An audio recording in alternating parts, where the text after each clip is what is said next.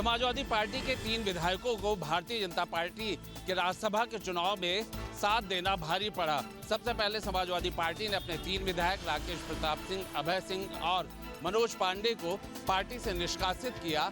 उसके बाद समाजवादी पार्टी के इन तीनों विधायकों की न सिर्फ पार्टी से निष्कासित होने के बाद उन्हें विधानसभा से भी असंबद्ध कर दिया है। मतलब इन तीनों विधायकों की अब विधायकी भी इन विधानसभा से चली गई है। वीडियो जर्नलिस्ट दीपक राणा के साथ Alok Pandey, News State, Lucknow. Dhami cabinet की एक दिन पहले हुई बैठक में कर विभाग के अधीन कैबिनेट ने एक फोरेंसिक लैब खोलने की अनुमति दी है। उस प्रस्ताव को स्वीकृति मिल गई है और ये फोरेंसिक लैब बहुत जल्दी इसका खाका तैयार होकर इसको स्थापित किया जाएगा। इसके तमाम फायदे होंगे कर विभाग से लेकर के तमाम प्रपत्रों तक कि वो कौन सा सर्टिफिकेट, कौन सा प्रपत्र असली है, कौन सा नकली है। इस फोरेंसिक जांच में ऐसे तमाम प्रकरणों की जांच होगी। इसमें एक्सपर्ट रखे जाएंगे और इस लैब को सरकार एक मॉडल के तौर पर यहाँ पर स्थापित करना चाहती है। इसीलिए इस प्रस्ताव को कर विभाग के अधीन रखा गया और कल कैबिनेट में धामी की कैबिनेट ने इसको मंजूरी दे दी है। ऑपरेशन कालनेमी पूरे उत्तराखंड के अंदर चलाया है और कांवड़ यात्रा भी हमारी प्रारंभ हो रही है कल से और आज गुरु पूर्णिमा भी है।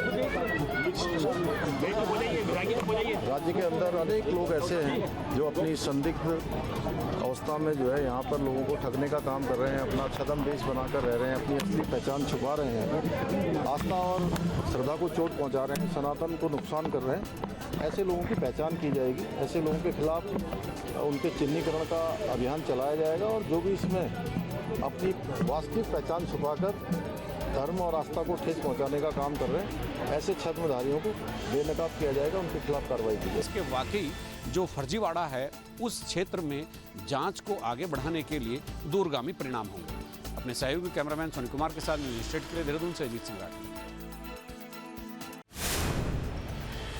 वोटर लिस्ट रिवीजन का मामला जो है वो तुल पकड़ता नजर आ रहा है। एक तरफ जहां आज दिल्ली में सुप्रीम कोर्ट में इसको लेकर सुनवाई हुई है, वहां पर 2 जजों के बेंच में इसकी सुनवाई हुई है, जहां पर एक तरफ याचिकाकर्ताओं के जो 9 दलीलें हैं वो रखी गई हैं, वहीं दूसरी तरफ सत्ता पक्ष की तरफ से भी अपनी बातें रखी गई। लेकिन विपक्ष के वकील ने कहा कि ये भेदभावपूर्ण तरीके से चुनाव आयोग जो है वो वोटर लिस्ट रिवीजन करा रही है। 2003 के बाद जिनका जन्म हुआ है उनके लिए जो जन्म प्रमाण पत्र है वो मांगा जा रहा है, जो कि भेदभावपूर्ण है। वहीं विपक्ष के वकीलों ने यह साफ कहा कि जो नियम होते हैं चुनाव आयोग के उसको दरकिनार करके बिहार में वोटर लिस्ट रिवीजन कराया जा रहा है। सर्वोच्च न्यायालय के समक्ष काउंटर एफिडेविट के माध्यम से देगा। नहीं, आधार कार्ड उनका कहना था कि आधार कार्ड एक मात्र को बेसिस माना जाए कि वो वोटर हैं, इलेक्टर हैं, लेकिन माननीय अदालत ने कहा कि इलेक्शन कमीशन चाहे तो वोटर आधार कार्ड और जो वोटर आईडी कार्ड है वो प्लस राशन कार्ड को कंसीडर कर सकते हैं। इलेक्शन कमीशन को नोटिस जारी किया है। हमारी याचिका में सारे राज्य सरकारें भी पार्टी है, उनको भी नोटिस जारी किया है।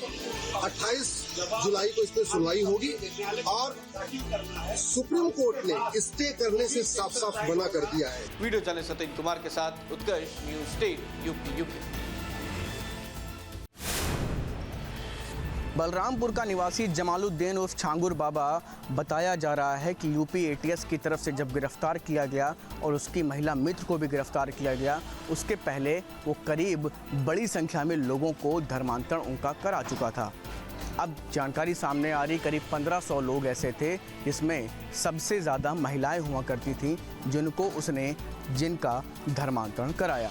ऐसे में फ़िलहाल अब इससे जुड़ी हुई तमाम जानकारियां भी सामने आ रही हैं और एटीएस अब उन लोगों तक पहुंचने का प्रयास कर रही है जिनका धर्मांतरण कराया गया है। इस संबंध में अभी कोई गैस करना उचित नहीं है, क्योंकि एटीएस इस पूरे प्रकरण की विस्तृत जानकारी कर रही है, उसमें गहन विवेचना कर रही है। लेकिन ये इस बात की जानकारी हुई है कि लगभग 15 वर्षों से यह गैंग वहाँ कार्य कर रहा था और इस दौरान इसने काफ़ी बड़ी संख्या में धर्मांतरण कराए। इस प्रकरण में जब प्रत्येक मुलजिम के विरुद्ध साक्ष्य संकलन की कार्रवाई पूरी हो जाती है, उसके बाद ही गिरफ्तारी की जाती है।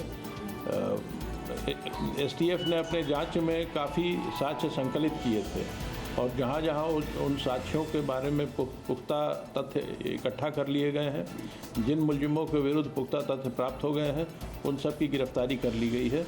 वीडियो जर्नलिस्ट सैफुल्लाह सिंह के साथ Shubham Pandey, news state, Balrampur.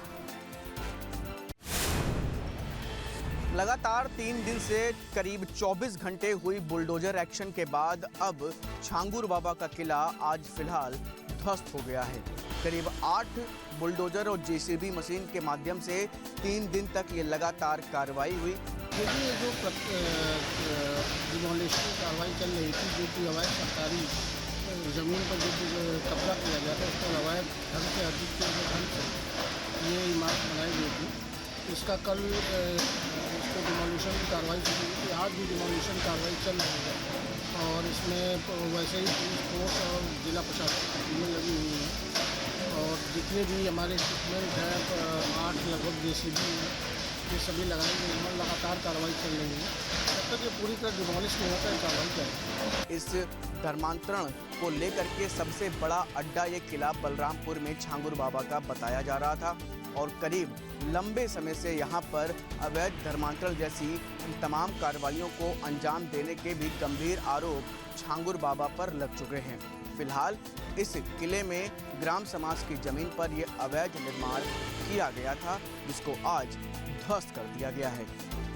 Video journalist Saifullah Singh के साथ शुभम पांडे, न्यूज स्टेट, बलरामपुर। राजधानी भोपाल में सरकारी जमीन पर बने निर्माण को आज जिला प्रशासन ने जमींदोज कर दिया है। ये सोहेल मछली के नाम से जो है पूरा निर्माण किया गया था। वहीं एक पीठा जो है निर्माण चलाते थे, यहाँ पर रेत का कारोबार करते थे, उसे भी जो है लगातार हटा रही है जिला प्रशासन की टीम। ये सोहेल मछली के नाम से जो है पूरा निर्माण किया गया था। सोहेल मछली वही है जो कि शारिक मछली का भाई है।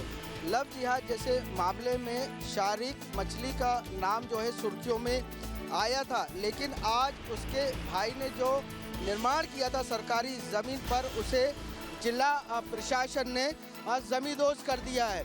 वहीं सोहेल मछली एक पीठा का काम भी करता था, जहां से ये रेत बेचा करता था, लेकिन उस पीठे को भी जो है जिला प्रशासन द्वारा हटा दिया गया है। जो पीठे पे माल था जैसे रेत, उसको भी जो है जेसीबी मशीन द्वारा लगातार जो है इसी पूरी ज़मीन पर फैलाया जा रहा है। कहीं ना कहीं सरकारी ज़मीन पर बने निर्माण को लेकर जिला प्रशासन सख्त नज़र आ रहा है। कैमरा पर्सन आशु खान के साथ अंकित श्रीवास्तव, न्यूज स्टेट भोपाल। बिहार चुनाव से पहले एक बार फिर वोटर लिस्ट का मामला आरजेडी ने उठाया, जहां पर एक तरफ आज दिल्ली में सुप्रीम कोर्ट में वोटर लिस्ट रिवीजन को लेकर याचिकाओं पर सुनवाई हो रही है, तो वहीं दूसरी तरफ पटना के आरजेडी कार्यालय के बाहर एक पोस्टर जो है वो लगाया गया है। इस पोस्टर में फिर से वोटर लिस्ट वेरिफिकेशन का जिक्र किया गया है। साफ तौर पर आप देख सकते हैं लिखा हुआ है आरएसएस के सर्वे रिपोर्ट में तेजस्वी की सरकार बन रही है, इसलिए भाजपा अपने तोता चुनाव आयोग को धांधली करवा रही है। एक तरफ लालू प्रसाद यादव की तस्वीर, एक तरफ तेजस्वी यादव की तस्वीर, और नीचे देखिए बीएलओ हैं जो वोटिंग करा रहे हैं और देखिए प्रमाण पत्र दिखाने की बात कर रहे हैं। पूरा इलाका जो है वो पानी से डूबा हुआ है और एक व्यक्ति अपने हाथ में प्रमाण पत्र रखे हुए और लिखा हुआ है बाढ़ में घर डूब रहा है, पहले घर बचाओ या वोटर कार्ड से अपना नाम बचाएं, आप ही बताएं साहब हम क्या करें। यानी कि पूरी तरीके से ये बताने की कोशिश की जा रही है कि चुनाव जब सर पे है तो क्यों चुनाव आयोग वोटर लिस्ट सर्वे करा रहा है, यानी कि वोटर लिस्ट रिवीजन करवा रहा है। एक तरफ आज दिल्ली में सुनवाई होनी है, वहीं दूसरी तरफ इस तरीके के पोस्टर जो हैं वो लगाए जा रहे हैं। आए दिन आरजेडी यानी कि राष्ट्रीय जनता दल, चाहे वो एआई के माध्यम से हो या फिर इस तरीके के पोस्टर के माध्यम से हो, अपनी बातों को रख रही है और आज फिर से आरजेडी के प्रदेश कार्यालय के बाहर ऐसी जो पोस्टर्स हैं वो लगाए गए हैं और साफ तौर पर लिखा गया है कि बाढ़ जैसी स्थिति बिहार में है, उसके बाद भी वोटर लिस्ट सर्वे कराया जा रहा है। हम लोग कह रहे हैं कि हम अपना घर बचाएं या वोटर लिस्ट में अपना नाम बचाएं। पोस्टर्स जो लगाए गए हैं, आने वाले समय में आरजेडी को इससे कितना फायदा होता है। वीडियो जर्नलिस्ट सतीन कुमार के साथ उत्कर्ष, पटना। राजधानी रांची के रेडिसन ब्लू होटल में पूर्वी क्षेत्रीय परिषद की 27वीं बैठक शुरू हुई।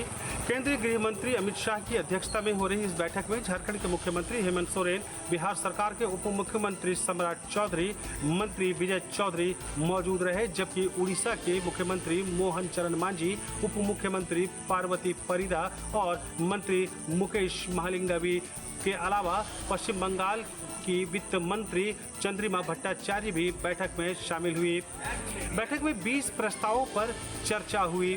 बैठक की शुरुआत करते हुए झारखंड के मुख्यमंत्री हेमंत सोरेन ने केंद्रीय गृह मंत्री अमित शाह को गुलदस्ता और प्रतीक चिन्ह देकर उनका स्वागत किया। मुख्य मंच पर केंद्रीय गृह मंत्री के बगल में एक तरफ झारखंड के सीएम हेमंत सोरेन तो दूसरी तरफ उड़ीसा के सीएम नजर आए। उत्तम अनवर्स न्यूज टेक, उत्तर प्रदेश, उत्तराखंड। उत्तराखंड के साथ ही हिमाचल में भी इस बार मानसून से काफ़ी नुकसान हुआ, जबकि उत्तराखंड में कम नुकसान हुआ और हिमाचल प्रदेश में बड़ा नुकसान झेलना पड़ा। वहाँ के इंफ्रास्ट्रक्चर को बुरी तरह से मानसून ने प्रभावित किया। सड़कें बह गई, पुल टूट गए, गाँव में मलबा घुस गया, बादल फट गए, बहुत सारे लोगों की जान भी चली गई। क्योंकि हिमाचल और उत्तराखंड लगते हुए राज्य हैं, दोनों पर्वतीय राज्य हैं, और ऐसे में हिमाचल में मानसून का केंद्र बिंदु होना, आपदा का केंद्र बिंदु होना, और चूंकि उत्तराखंड में भी इसी तरह की घटनाएं हो रही हैं, उतनी तो नहीं है, लेकिन फिर भी जिस तरह से हिमाचल में इस बार बहुत बुरी तरह से आपदा आई है पिछले साल की तरह ही, तो उसका अध्ययन करने के लिए वहाँ कैसे राहत और बचाव का काम हिमाचल सरकार कर रही है। तो उत्तराखंड सरकार ने भी फैसला लिया है कि उनके काम का मूल्यांकन करने के लिए, उनके काम का अवलोकन करने के लिए यहाँ से प्रशासनिक अधिकारी और आपदा प्रबंधन के जो एक एक्सपर्ट होते हैं उनकी टीमें जाएगी। उस टीम का गठन किया जा रहा है, वहाँ सरकार से बात कर ली गई है और मुख्य सचिव के ये आदेश हैं कि एक टीम को अध्ययन करने के लिए वहाँ भेजा जाए, और इस टीम को इस तरह से भेजा जाए कि वहाँ पर वो अपने ही बिहाफ पर वहाँ सारी चीज़ें, रहने की, रुकने की व्यवस्था अपने बिहाफ पर करे, क्योंकि वहाँ जहाँ पर राहत का काम चल रहा हो वहाँ की सरकार से किसी तरह का सहयोग लेना मुनासिब नहीं होगा और उचित भी नहीं होगा। तो इसीलिए बहुत जल्द ही उत्तराखंड की एक टीम हिमाचल में उन स्थानों का दौरा करेगी जहाँ आपदा से बड़ा नुकसान हुआ है, राहत और बचाव का काम वहाँ किस तरह से किया जा रहा है। अपने सहयोगी कैमरामैन सुनील कुमार के साथ न्यूज स्टेट के लिए देहरादून से अजीत सिंह राठी। खंडवा में 3 दिवसीय गुरु पूर्णिमा उत्सव मनाया जा रहा है। पांडुना से भी दादाजी के भक्तों का जत्था पदयात्रा करते हुए खंडवा पहुंचा। करीब 400 किलोमीटर की ये पदयात्रा दादाजी के भक्तों ने करी। इस दौरान रथ को भी अपने हाथों से खींचा। बताया जाता है कि लंबे समय से दादाजी के भक्त पांडुना से पदयात्रा करते हुए हर साल गुरु पूर्णिमा पर वहाँ पहुँचते हैं और वहाँ पर गुरु की भक्ति करते हैं। बहरहाल तमाम भक्तों ने इस बात को भी जिक्र किया कि लंबे समय से वहां पे पहुंच रहे हैं और गुरु पूर्णिमा के दिन उत्सव काफी धूमधाम से मनाया जाता है। हालांकि सुरक्षा का भी काफी वहां पे बंदोबस्त रहता है और तमाम न केवल पांडुना से बल्कि मध्य प्रदेश के अलग अलग जिलों से भी दादाजी के भक्त खंडवा पहुँचते हैं। सहयोगी आबे के साथ अतुल शर्मा, उत्तर प्रदेश, उत्तराखंड। एक ऑपरेशन सिंदूर में लड़ाका टैंक ने पाकिस्तान में जाकर भारत की शक्ति का प्रदर्शन किया था, लेकिन मेरठ में बनाई जाने वाली ऑपरेशन सिंदूर कावड़ में भारत के लोग जो हैं और भारत के जो शिव भक्त हैं वो भगवान शिव की आराधना यात्रा में शामिल होंगे और भक्ति का संदेश देंगे। मैं एक बार ये कांवड़ की तस्वीर आपको दिखा देता हूं और इसमें जिस जिस कंटेंट का इस्तेमाल किया है उसका भी आपको डिस्क्रिप्शन बताने का पूरा प्रयास करूंगा। सबसे पहले एक नोटिस बोर्ड यहां पर लगाया गया जिस पर लिखा गया है ऑपरेशन सिंदूर। उसके बराबर में नुकीली नोक के साथ में राफेल को जो है वो यहाँ पर स्थापित किया गया। उसके पीछे आप देखेंगे तो एक लड़ाका टैंक जो है वो भारतीय सेना के रंग में रंगा हुआ अकड़कड़ खड़ा है, उसे भी यहाँ पर स्थापित किया गया। अब इस कांवड़ के अगर हम दूसरी तरफ आते तो उधर की तरफ भी इसी तरीके के एक लड़ाका टैंक को लगाया गया, एक राफेल को इन लोगों के द्वारा स्थापित किया है। लेकिन सबसे ज्यादा इस कांवड़ का जो मार्मिक पल है, भारत माता के चरणों में बैठी एक महिला जो है विलाप कर रही है, जिसके सर पर खून जैसा रंग जो है बताया गया है। ये शुरुआत थी उस दौर की जब भारत की आंखों में खून उतर कर आ गया था और पाकिस्तान में जाकर पाकिस्तान के जो बुलंदियां थी उसे बिल्कुल नस्तो नाबूद जो था वो कर दिया गया था। ये कांवड़ मेरठ के आबुलैन इलाके में तैयार की गई है।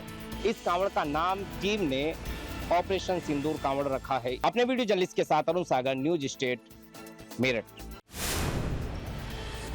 11 जुलाई से कांवड़ यात्रा की विधिवत शुरुआत हो जाएगी और इस शुरुआत के बाद से जो कांवड़िए हैं वो हरिद्वार पहुंचना शुरू हो जाएंगे। हालांकि जो कांवड़िए हैं वो कांवड़ यात्रा शुरू होने से पहले ही हरिद्वार आने का जो उनका सिलसिला था वो लगातार जारी है। प्रशासनिक तैयारियों की यहाँ पर बात की जाए तो प्रशासनिक तैयारियां भी पूरी हैं। एसएसपी हरिद्वार ने बताया कि पूरा जो मेला क्षेत्र है उसको 16 सुपर जोन और 38 जोन के साथ साथ 132 जो सेक्टर हैं उसमें बांटा गया है और इसके अलावा जो पुलिसकर्मी इन सेक्टर्स जोन और जो सुपर जोन है वहां पर तैनात रहेंगे। साथ ही साथ इस जो सीसीटीवी कैमरे हैं, सीसीटीवी कैमरों की भी व्यवस्था की गई है ताकि कांवड़ के दौरान किसी भी तरह की जो अप्रिय घटना है या फिर हुड़दंगी है उनकी पहचान की जाए। कांवड़ मेले के दृष्टिगत हरिद्वार पुलिस के द्वारा लगभग सभी तैयारियां अंतिम रूप से की जा रही हैं और सभी तैयारियां लगभग समाप्त हम लोग की स्थिति पे है। इस पूरे मेले के दृष्टिगत संपूर्ण हरिद्वार में जो पुलिस बल है वो 16 सुपर जोनों में, उसके साथ ही 38 जोन और 132 सेक्टरों में विभाजित किया गया है। इसमें जो ट्रैफिक का जो अरेंजमेंट्स है, ट्रैफिक डाइवर्जन प्लान है वो ऑलरेडी आप लोगों के माध्यम से, सोशल मीडिया के माध्यम से जारी किया गया है और इसमें जो व्यवस्थाएं होंगी उसमें 11 तारीख से लेके 17 तारीख तक और 17 तारीख के बाद कांवड़ मेला समाप्ति तक के अलग अलग रूट डाइवर्जन प्लान लिए जाएंगे। न्यूज स्टेट के लिए हरिद्वार से महावीर नेगी। भूस्खलन की घटनाएं पर्वतीय क्षेत्रों में ही नहीं लेकिन देहरादून के आसपास के क्षेत्रों में भी काफ़ी हो रही हैं। आज सुबह भारी भूस्खलन हुआ और ये सोंग नदी का किनारा है। ये देहरादून शहर का उत्तरी पूर्वी छोर है और ये आज ताज़ा भूस्खलन है और ये काफ़ी बड़े बोल्डर नीचे गिरे। सुबह फिर जिला प्रशासन ने यहाँ पर जेसीबी मशीनें भेजी, अपने कर्मचारी भेजे, उनको भेज करके इस रास्ते को आवागमन के लिए थोड़ा सा सुचारू किया गया। जितना भी हो सकता था मशीनों से उतना इसको करना पड़ा और ये भूस्खलन काफ़ी आगे तक हुआ है और वहाँ पर भी काफ़ी बड़े बोल्डर आए हैं। इसी तरह से तमाम घटनाएं पर्वतीय क्षेत्रों में हो रही है और जो जहाँ खास तौर पर नदी का किनारा है और जो शहर के आसपास का भी एरिया है वो सब जगह भूस्खलन हो रहे हैं। आज ये एक भारी भूस्खलन हुआ और गनीमत ये थी कि उस समय यहाँ से आवागमन नहीं हो रहा था। फिलहाल इस रास्ते को साफ कर दिया गया है लेकिन ये रास्ता अभी भी संवेदनशील बना हुआ है। अपने सहयोग कैमरामैन सोनी कुमार के साथ न्यूज स्टेट के लिए देहरादून से अजीत सिंह राठी। सरकार कितना भी अलर्ट कर ले, कितना भी सिस्टम को अलर्ट पर रख ले, लेकिन लोग खुद अलर्ट नहीं रहते। इस नदी में देखिए कि ये लोग यहाँ पर मछली पकड़ने आए हैं या किस तरह से आए हैं। एक बच्चा इनके साथ है और ये देहरादून शहर से लगा हुआ एरिया है। लोग नदी के बीचों बीच खड़े हैं और पानी में विचरण कर रहे हैं। इनकी गतिविधियाँ इस समय इनके लिए जानलेवा साबित हो सकती हैं, लेकिन सारा ठीकरा केवल सरकार पर फूटता है। सब गलती सरकार की होती है। व्यक्ति अपने दायित्व के बोध से बिल्कुल विमुक्त होता है और यहाँ आप देख सकते हैं, कई बार हमने पहले भी दिखाया किस तरह से लोग नदी के बीच में आकर चाहे मछली पकड़ने की बात हो, चाहे नहाने की बात हो, करते हैं और एक बच्चा इनके साथ है। ये एक बहुत गंभीर विषय है और लोगों को खुद भी जागरूक होना चाहिए। सरकार की एक तरफा सरकार की जिम्मेदारी नहीं होती, लोगों को खुद भी अलर्ट पर रहना होता है। अपने सहयोग कैमरामैन सोनी कुमार के साथ न्यूज स्टेट के लिए देहरादून से अजीत सिंह राठी। मिलेनियम सिटी गुरुग्राम, जिसका निर्माण इस आधार पे हुआ था कि उत्तर भारत की सिलिकॉन सिटी बनेगी, लेकिन उसके हालात इस वक्त देख लीजिए। हीरो होंडा चौक के ठीक पास में हम मौजूद हैं। नेशनल हाईवे मेरे पीछे से जा रहा है और यहाँ पर सड़क का हिस्सा नजर आना ही बंद हो गया है। जब बड़े वाहन गुजरते हैं तो ऐसा लगता है मानो कोई लहर पैदा हो रही हो और हम किसी नदी के किनारे पर हो। और देखिए कि जहां तक नजरें जाएंगी, मैं चाहूंगा कि जूम आउट करके मेरे कैमरा सहयोगी विकास शाह जितना संभव हो दिखाइए कि यहाँ से लगभग 1 किलोमीटर तक, जी हाँ, हम कुछ मीटर की बात नहीं कर रहे, 1 किलोमीटर तक सड़क का हिस्सा पानी में डूब चुका है। ये हालात है गुरुग्राम के, ये हालात है मिलेनियम सिटी के, ये हालात उस शहर के हैं जिसकी पर कैपिटा इनकम दिल्ली से भी ज़्यादा है। गाजियाबाद और नोएडा की तो बात छोड़ दीजिए। तो सोचिए कि एक बारिश से कैसे हालात बिगड़ जाते हैं और उस शहर के जिसका निर्माण ही 25 साल पहले की आधारशिला पर हुआ था। तो सोचिए अगर इतनी बारिश में वाहन निकलेंगे और वाहन बंद हो जाएंगे तो स्थिति कितनी गंभीर हो सकती है। स्कूल बसेस को आप देख सकते हैं क्योंकि बहुत से स्कूलों को बंद कर दिया गया है, कुछ स्कूलों को बंद नहीं किया गया है। और पीछे देखिए कि लोग पैदल चल के निकल पा रहे हैं क्योंकि उनके वाहन बंद होने का खतरा भी नजर आता है। तो जहां तक आपकी नजरें जाएंगी वहां तक सिर्फ आपको जल भराव और जल भराव के अलावा कुछ भी नजर नहीं आएगा। कैमरा सहयोगी विकास झा के साथ राहुल डवास, न्यूज नेशन, गुरुग्राम। कुछ दिन पहले आपने देखा होगा ग्वालियर की एक सड़क की चर्चा मध्य प्रदेश ही नहीं बल्कि पूरे देश में हो गई थी, क्योंकि इस सड़क पर बड़े बड़े गड्ढे हो गए थे और ये सड़क के निर्माण हुए महज 1 महीना भी नहीं हुआ था। लेकिन अब एक बार फिर से मैं उसी सड़क पर पहुंचा हूं और तस्वीर आपको दिखाना चाह रहा हूं। ये वही चेतकपुरी वाली सड़क है जो जयविलास पैलेस यानी केंद्रीय मंत्री ज्योतिरादित्य सिंधिया के राजमहल के प्रमुख प्रवेश द्वार के सामने से निकलती है। हालात ये है कि लगातार इस सड़क पर पानी की वजह से गड्ढे होते रहे और एक बार फिर से गड्ढे हो सकते हैं, क्योंकि ये पोली सड़क है और पोली के सड़क के नाम से ये सड़क बदनाम हो चुकी है। लोग जब यहाँ से निकल रहे हैं तो उनको बड़ा डर लग रहा है कि कहीं ऐसा ना हो कि एक बार फिर से गड्ढे हो जाएं, क्योंकि गड्ढे होने लगे हैं, धीरे धीरे पानी धंसने लगा है। और इन तस्वीरों में आप देख लीजिए सामने ये जो गाड़ियाँ जा रही हैं, कुछ भरोसा नहीं है इन गाड़ियों के टायर कब इसमें धसक जाएं।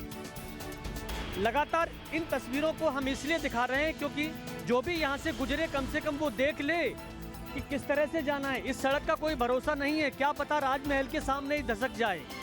चर्चा इसी बात की हो रही थी, मंत्री तक ने आदेश दे दिए, कई इंजीनियरों को सस्पेंड तक कर दिया गया क्योंकि इसमें भ्रष्टाचार हुआ था। और उसी की ये तस्वीर मैं आपको एक नज़ारा दिखा रहा हूँ, थोड़ा सा और नज़दीक जाके दिखा दीजिए, पानी में डुबो दीजिए कैमरा, जिससे कि पता चल जाए कि यहाँ कितना पानी है। देख लीजिए, ये देख लीजिए जो कार जा रही है ना, पानी में धंसते हुए जा रही है। आके जयविलास पैलेस तक इसी तरह से पानी भरा हुआ है। तो अब जब बारिश होगी तो यही तस्वीरें ग्वालियर में इस सड़क पर देखने को मिलेंगी, न जाने कब ठीक हो पाएगी। Vinod Sharma, news state Gwalior. जहाँ भक्ति है हर शब्द में, कथाओं में छुपे हैं दिव्य रहस्य और ज्योतिष देता है जीवन को दिशा। धर्म से जुड़ी हर बातों को जानने के लिए हमारे चैनल स्तुति को सब्सक्राइब करें। चैनल पर जाने के लिए इस लिंक पर क्लिक करें।